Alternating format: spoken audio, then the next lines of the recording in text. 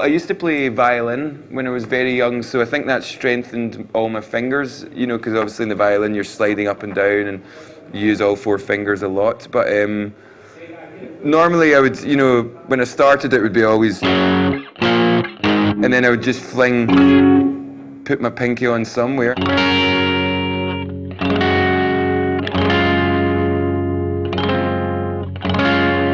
You know, and almost just become more confident and just start throwing other fingers on, you know, especially in a chord like that, which is just,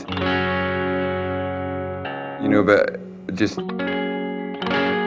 sometimes it sounds better in different places. But yeah, normally I just play and just throw a finger on. If it sounds wrong, then you don't use it, and if it sounds right, you know, then it can really fill the sound out.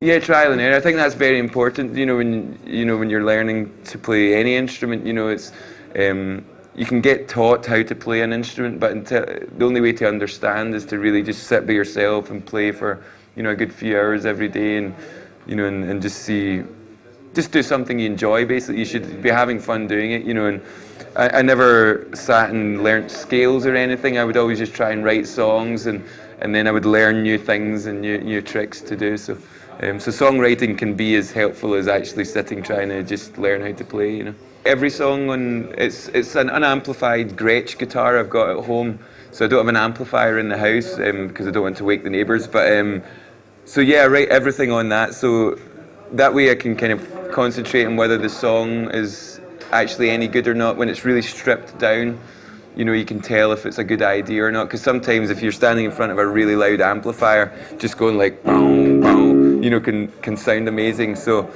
I normally try and work on the songs in a quiet setting, and then we make, you know, and then I'll distort them later on, you know, when we play them together. But yeah, normally I piece together ideas. So for example, on Mountains, you know, I maybe had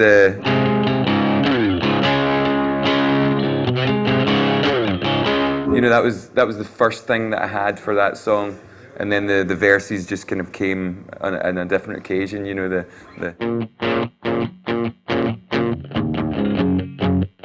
you know, so some songs come at once and some songs at different times. You know, it could be a month later where you finally complete a song. You know, so but that's the beauty of music. You're never sure quite when it's going to happen. I normally try and get the riffs and the movement of the song worked out, and then I'll just start kind of humming to myself when I'm in the room. You know, just making stuff up, and then you'll maybe hit upon one line and you're like, right, there it is, and you sing it over and over so you don't forget it, and then, you know.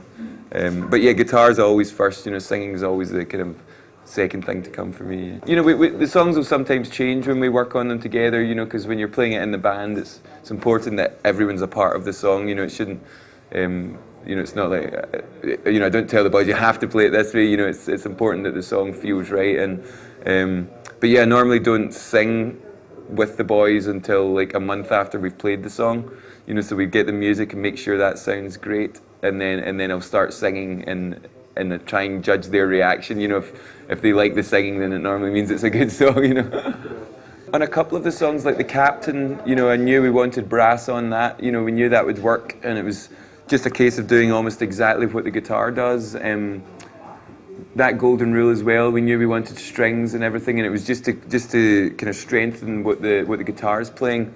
The one song called Know Your Quarry, which is the second last on the record, like we worked with a guy called David Campbell who actually physically wrote all the stuff out, and that was the one song where I had no idea, you know, me, Ben and James had no idea of what we wanted. We knew it needed something, and then David Campbell just did this beautiful kind of pizzicato violin thing, and as soon as we heard it, we were like, wow, it was perfect, you know. So it's really nice when you work with someone that really understands where you're coming from and shows you something in your song that you hadn't heard before, you know. But more often than not, you know, we kind of hear what we want, and we know which songs to have, you know, organ or something, or, you know. It's just sometimes I always kind of hear things in slightly twisted rhythms. Like I'm always attracted to like an extra beat here, or, you know, or dropping a beat there, and it was just, I think that was the way that riff came out the very first time I played it. You know, it quite often happens that my riffs will come out with weird rhythms, and sometimes I have to kind of strip them back.